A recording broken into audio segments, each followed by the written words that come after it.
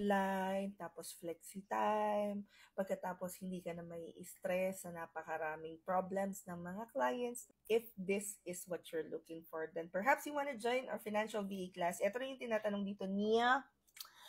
I-believe this long. Sorry. But ang question niya is after bookkeeping class, we call it financial virtual assistants. So, bookkeeping class, may certificate ba kayo na ibibigay and pwede ba namin magamit to apply as a virtual assistant? Heads up, again, just to answer yung concern ng napakaraming tao, in my 14, almost 15 years of freelancing, never pa akong nahinga ng certificate. But last Saturday, itong last class ng Financial VA, nag-meeting sila because nagkaroon ang QuickBooks ng like free global certification kineso, which is yun yung kailangan ninyo. So, let's start first by answering the question, kailangan ba ng certificate? Depende. Ako kasi I offer operations management, I specialize in digital marketing, and obviously, ang hinihingi sa akin pag operations management is kung ano na yung results na naibigay ko sa clients. For digital marketing, they would probably ask for some portfolios to showcase kung ano yung kaya kong gawin. But other than that, hindi ako nahinga ng cert. Sa bookkeeping, minsan, depende sa ginagamit na system ng client, magtatanong if you are like certified for Xero or QuickBooks, Intuit, mga ganyan.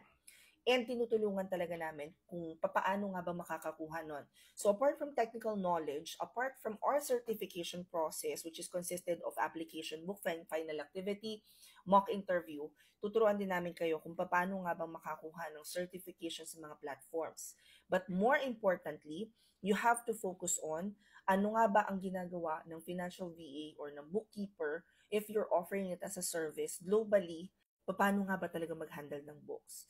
So if you guys want to join, we have an upcoming class next weekend, March 9, 1 till 9 p.m. So minsan mga 5 hours, 6 hours yung class and then puro touch-based meetings na after that. The good news is, may kasama pa tong 2 weeks na internship. If you guys want to join, punta lang kayo sa profile ko, tapos i-click nyo yung link sa bio ko.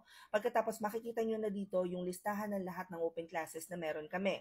Hanapin nyo lang open classes, pagkatapos makikita nyo 999 financial VA, sana yun? 999, ayun, there you go. 999 financial or bookkeeping level 3 with internship. I-click nyo lang yan, nandyan na yung form. Kung nasa Instagram naman kayo, ito yung i-click yung link. And in case guys na hindi gumana yung sa TikTok at saka sa Instagram, punta na lang kayo dito sa Facebook page ko. Hanapin nyo tong video na to or i-browse nyo lang yung mga nakapost doon. Makikita nyo na yung pinakang direct link dun sa form. Ganon din naman sa YouTube, nasa description box na.